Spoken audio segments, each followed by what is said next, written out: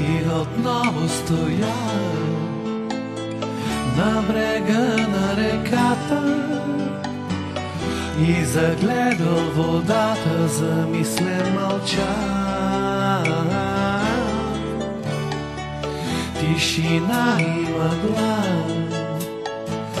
бавно скапа душата, младостта отминава, както всяка мечта. И макар че от кал сме направени, Господи, аз не искам в кал да прекарам живота си. И не искам тайня да стоя на брега, да